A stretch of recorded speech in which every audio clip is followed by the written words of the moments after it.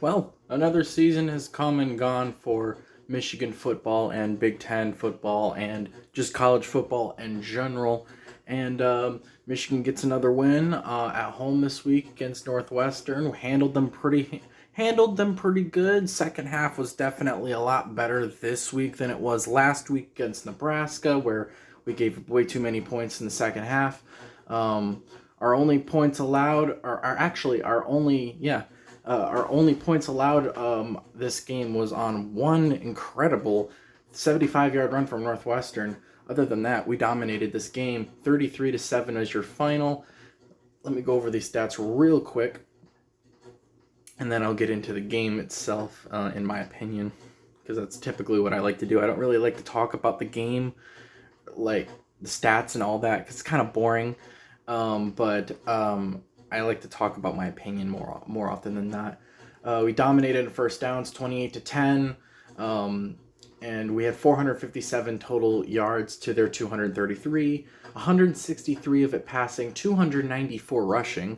Corum and Haskins both had great days. I believe Corum had 119 yards, and I think I don't remember. Yeah, Corum had 119 yards, and Haskins had like 101 or something like that. I don't think that adds up, but Donovan Edwards had some rushing yards. J.J. McCarthy ran a little bit, so I'll get back into that in a second.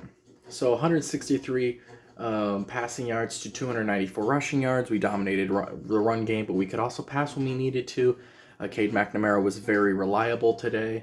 133 passing yards for Northwestern and 100 rushing. We did have an interception in this game, but we caught an interception. Ryan Helinski threw an interception. We did not throw an interception. We did have 2 fumbles, though, in this game, which just, I don't like seeing that. But other than that, we averaged 5 yards a rush and 5 yards a pass, which is pretty darn good. Cade McNamara, 20 for 27, 129 yards. No touchdown passes, but no picks. Ryan Helinski, 14 for 29, 114 yards and an interception. No touchdown passes for him. Like I said before, Blake Corum was our leading rusher with 19 carries at 119 yards. He had two scores in this game. And Eric All was our leading receiver, which he's been kind of quiet, it seems like, this season. I could be wrong on that, but I don't really recall him having much to do this season. He had 5 receptions for 34 yards. When it comes to the win probability, we really weren't any lower than, I would say, 88%, 86% on the matchup predictor, or the win probability meter thingy on ESPN. And yeah, so we definitely played a much better game this week than we played last week. We dominated this game like how we should have.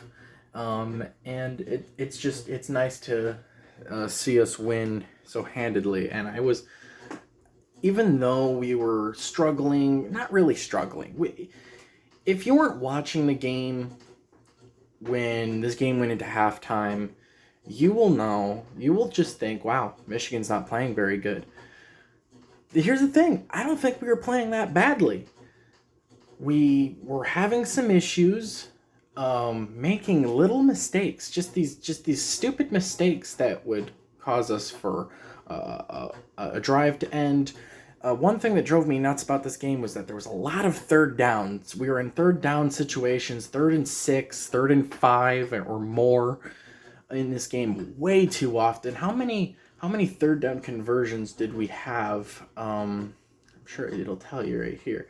We had 20 third downs in this game. They had 14, but the fact that they had 14 makes sense because they really couldn't do anything on offense. We converted on most of 12 of 20 of those third down conversions, and we only got into 4th down once and went for it and got the first down. Or we only got 4th down one time when we went for it. And we did convert on that. But 20 third down attempts, that's a lot. Why can't we get the first down on first down or on second down? Why does it have to be third down every time? I guess if you get the first down, who cares? Why am I complaining? I don't know, man. I just don't like seeing third down so much. Um, but yeah, a lot of third down conversions. At least we converted on most of those. Um, but yeah, we got to eliminate doing that, man, because it's irritating to watch. And we made little mistakes.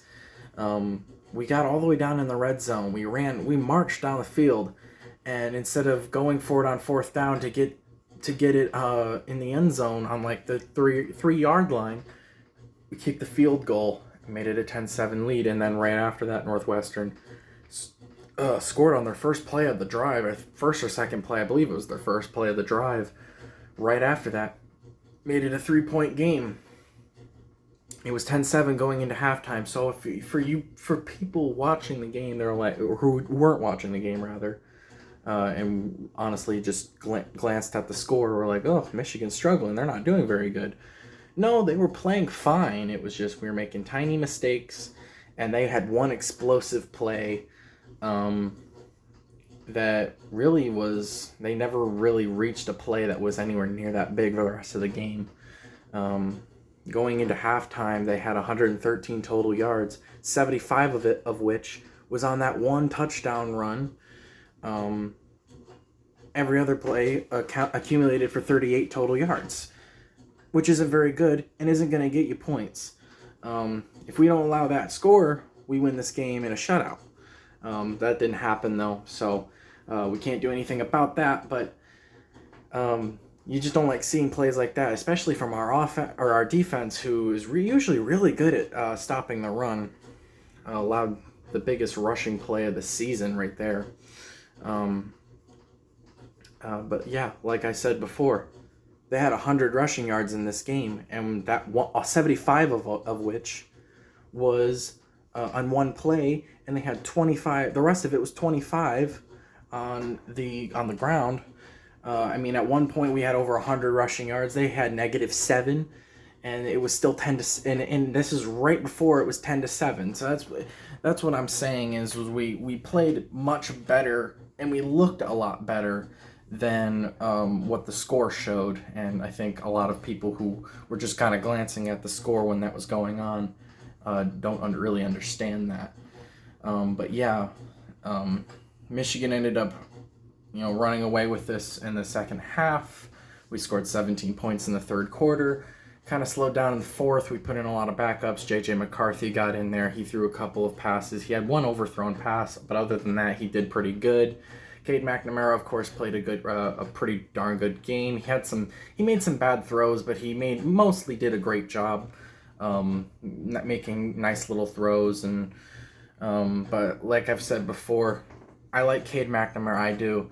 I like the guy. I think he's a good quarterback. I think he's one of the better quarterbacks we've had lately. I don't know if he's Shea Patterson good. I don't know. It's pretty close. I think it's pretty hard to say. He's never. I think he is not as good because he just hasn't had that explosive game. But he's not very. He's not the type of quarterback that's going to go out there and score 5 touchdown passes. He's just not that kind of guy. He's going to have games where he's throwing for under 200 yards a game. He's going to have games where he's just throwing quick little passes to get enough for a first down. And obviously this team is the type of team that wants to run the ball more. We want to run the ball more. So throwing the ball isn't really necessary. So that's why we have Cade McNamara in there, who is a guy who can throw when he needs to, can run if he really needs to, although we don't really see him do that. And basically get us through the game. And he's done that all season long. We're 7-0 now. Probably going to be top 5 in the nation. Maybe we'll move up a spot or two, or we'll probably just stay where we're at. Honestly, because all the teams ahead of us did win. Although Cincinnati struggled. Who knows what could happen. Cincinnati, man, they need to, I'll talk about Cincinnati later.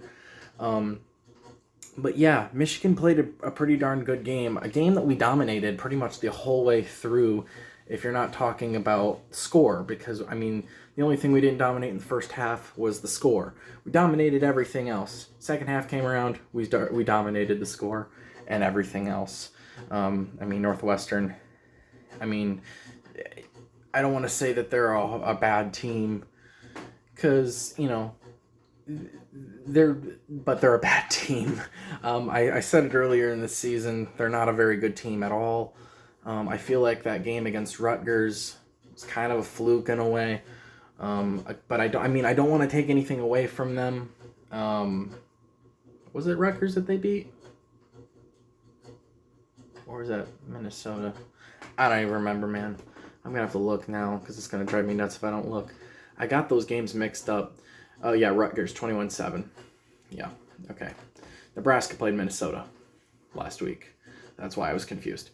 Yeah, 21-7 win over Rutgers. Rutgers had a horrible game, and Rutgers is not a good team. I don't care that they only lost 20-13 against Michigan.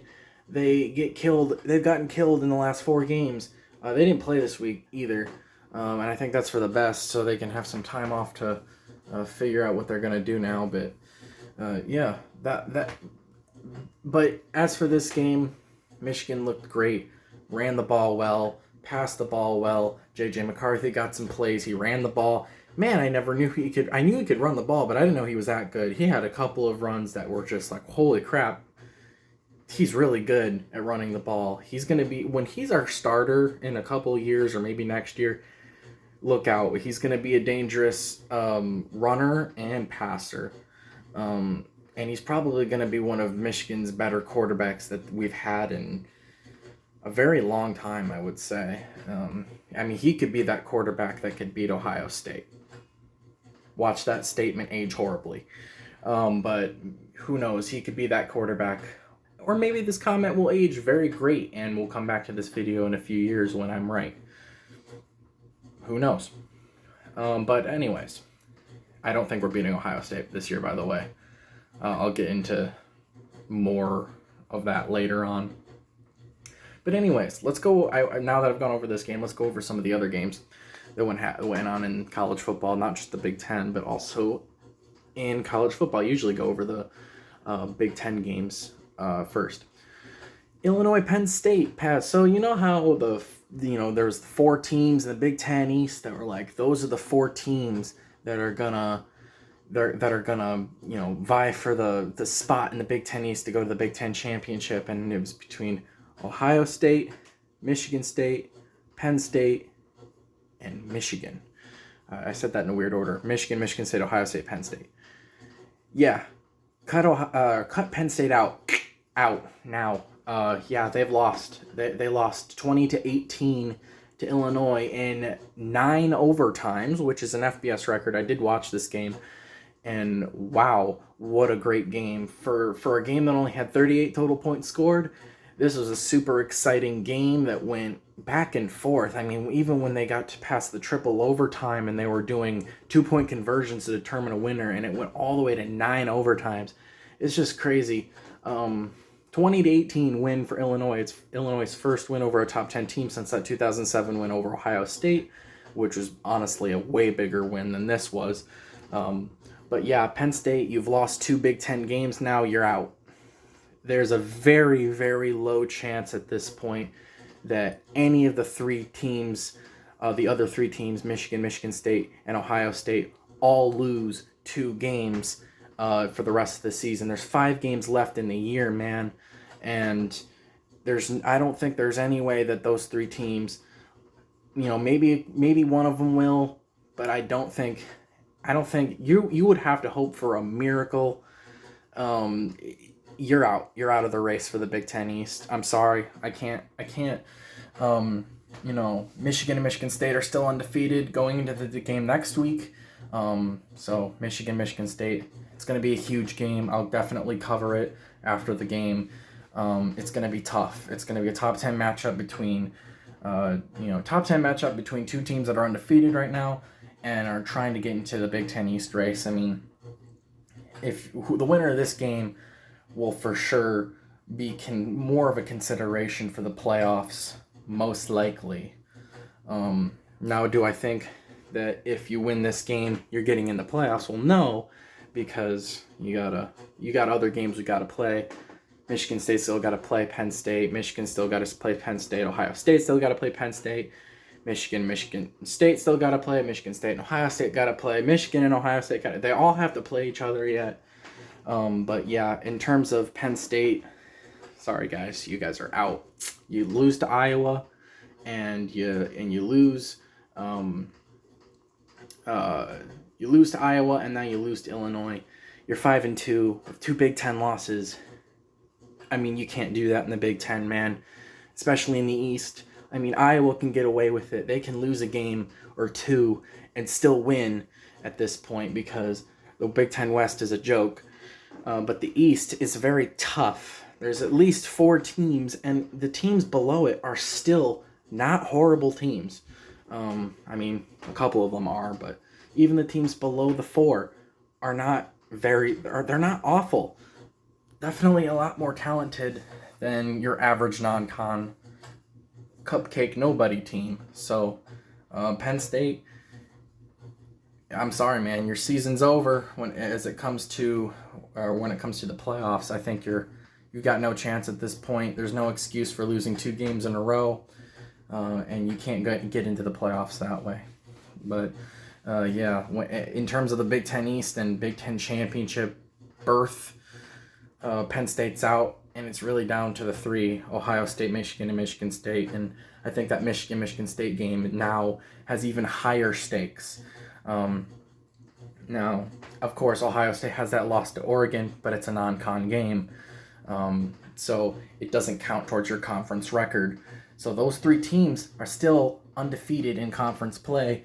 Penn State, you have 2 losses now, man. You can't lose any more conference games. You're gonna have to, you're gonna have to beat Michigan and Ohio State, and Michigan State. You're gonna have to beat all 3 of those teams, and then hope that all 3 of those teams lose another game, which doesn't seem likely. Yeah, it just doesn't seem likely at all. You have to hope for a lot to happen, and it's just, I think it's honestly impossible. If it does happen, I would be floored if all 3 of those teams lost to you guys and then lost another game on top of that. Yeah. So let's move on. Wisconsin got a 30-13 win over Purdue. So Purdue, I hope you enjoyed your 1 week in the top 25. You lost to a terrible Wisconsin team. So good job. You get my Wisconsin, you get my awkward hand wave of approval. Maryland and Minnesota. Minnesota got a 34-16 win over Maryland. Good for them. And Ohio State, Indiana. Indiana.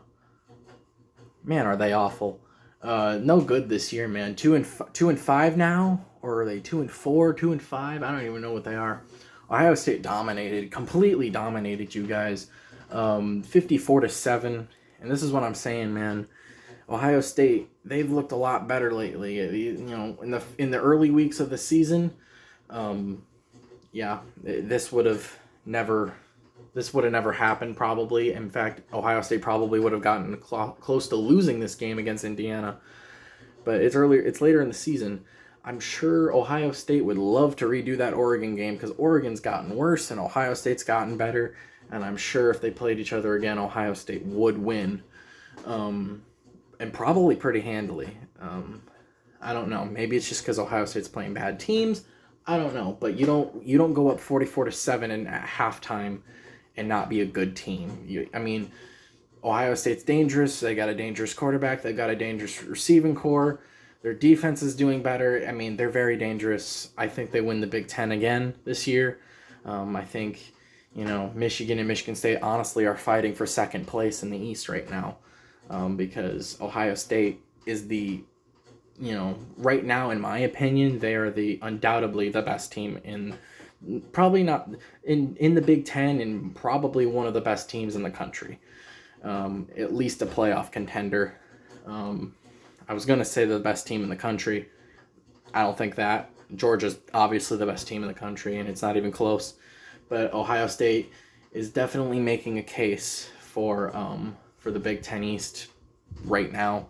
We'll see how they do as the season goes on. I'm not sure who they play next. Let me take a look. They play Penn State. That's right. I forget. Penn State and Ohio State are next week, and Michigan State in the same week. And that Penn State game is at night, which is crazy. That'll be a big time night game right there.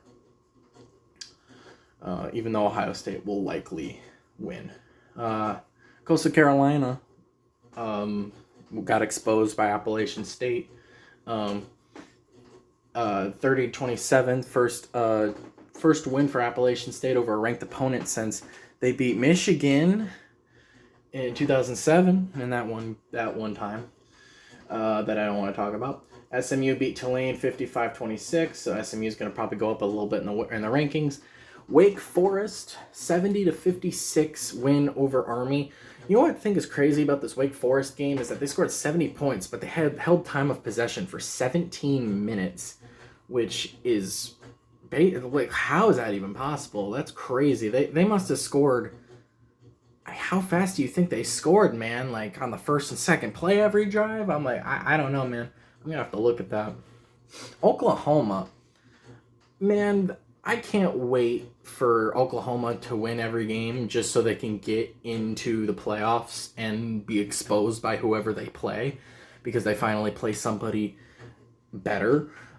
They barely beat Kansas today. I know they ended up winning by 12, but a 35-23 win over Kansas is not a quality win, especially when you're a top 3 team. I mean, Oklahoma, man.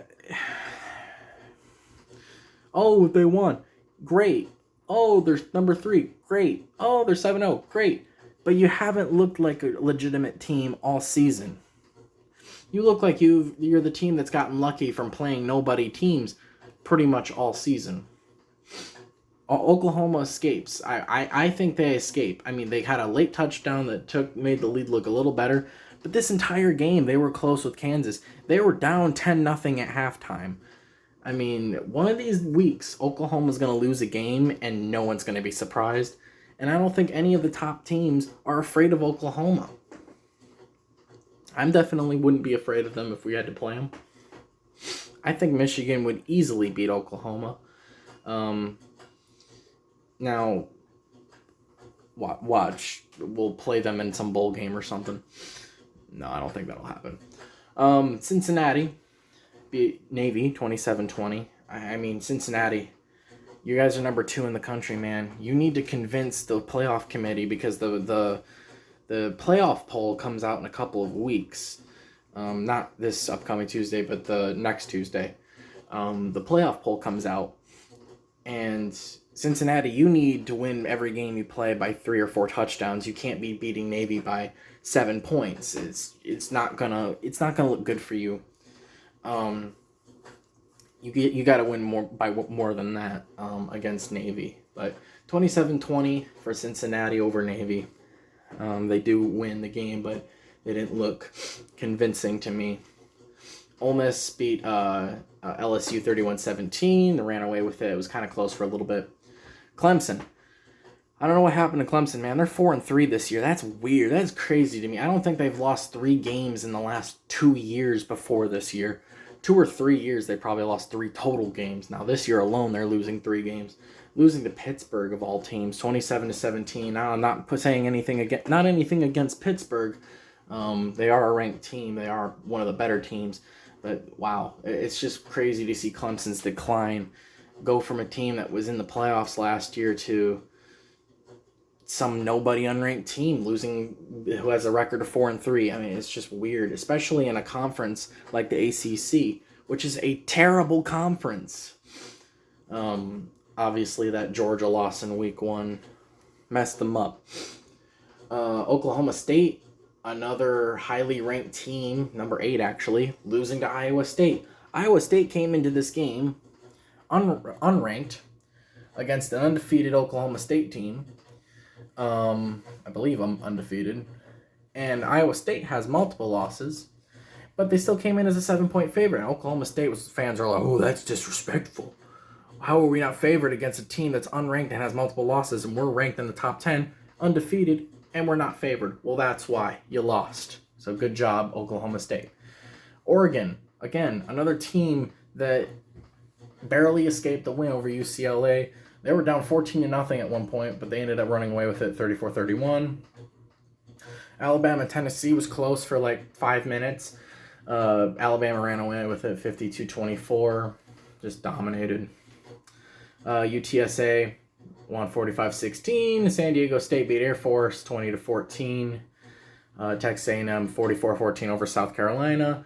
And Miami got a 1-point win over NC State. So NC State probably going to be out of the rankings now, or at least pretty darn close to it. I don't think they should be ranked whatsoever. But yeah, that's this week in college football. A crazy week this week, but next week is going to be even crazier. It's crazy how it's going to be crazy next week. Considering